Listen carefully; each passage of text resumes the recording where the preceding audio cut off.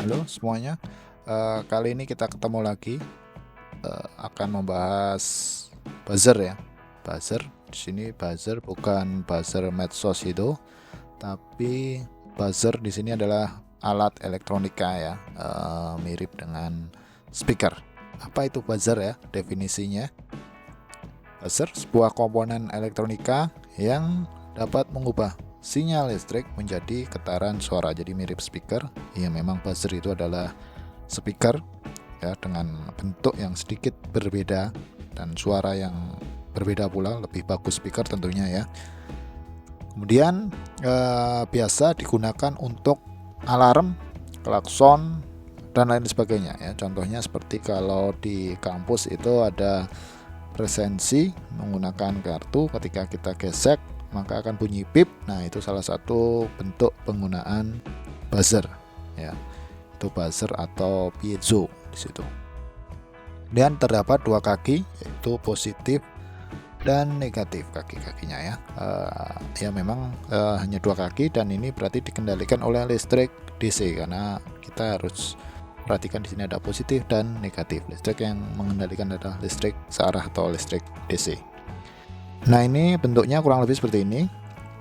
Jadi kakinya ada dua, umumnya seperti ini. Yang panjang biasanya positif, yang lebih pendek negatif.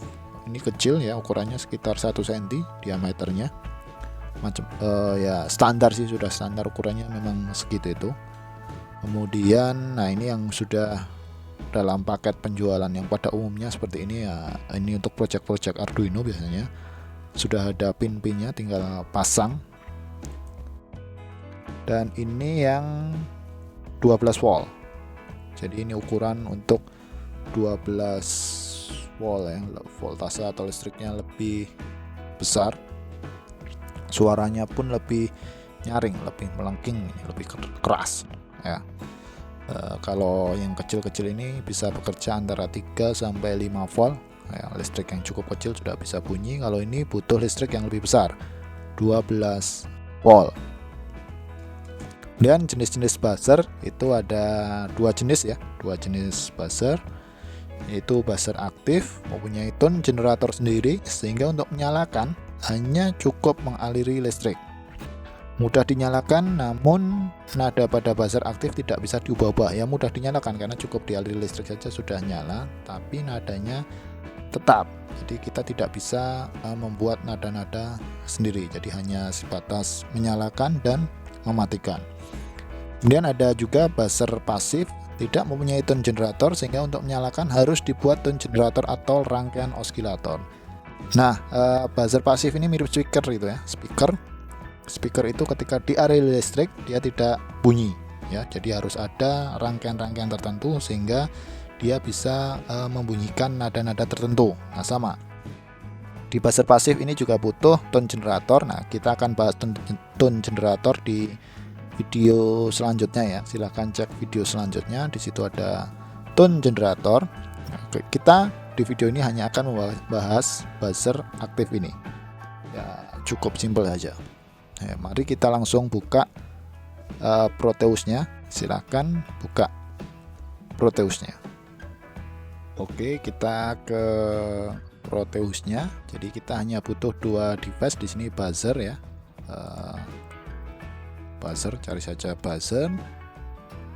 Nah, ini buzzer output via soundcard sehingga bisa bunyi di soundcard ya. Sama button saja sebagai contoh, button di sini, button biasa. Button. Nah, ini push button ya. Jadi kalau buzzer aktif itu hanya sekedar alat ketika dialiri listrik dia nyala gitu aja. Jadi kita sambungkan salah satu di button, kemudian kita butuh ground, kemudian kita juga butuh listrik di sini, DC volt ya di sini ya. Bagian gambar gelombang ini kita butuh DC volt. Sambungkan saja. Kemudian dicek DC voltnya, double klik, kita kasih voltase sebesar 12 volt di sini ya. Oke, maka di sini nanti akan terjadi listrik 12 volt, karena kalau kita double klik buzzer ini dia butuh listrik 12 volt. Di sini karena hanya simulasi, kita bisa memodifikasi frekuensinya sesuka hati. Tapi kalau di bentuk fisik yang sesungguhnya, kita akan kesusahan ya ketika harus memodifikasi frekuensinya. Karena ini hanya sebatas simulasi, ya cukup gampang sih ya merubah frekuensinya. Ini 12 volt. Di sini pastikan juga sudah dicek, double klik di sini DC 12 volt. Nah, jalankan simulasinya, langsung tekan buttonnya, harusnya buzzernya nyala. Nah, seperti itu ya. Jadi sesimpel itu. Nah, jadi kalian bisa manfaatkan ini nanti di simulasi project kalian ya. Ini simpel sekali. Nah, berbeda dengan buzzer pasif. Buzzer pasif cukup kompleks penggunaannya seperti apa. Nah, silahkan cek video selanjutnya untuk buzzer pasif.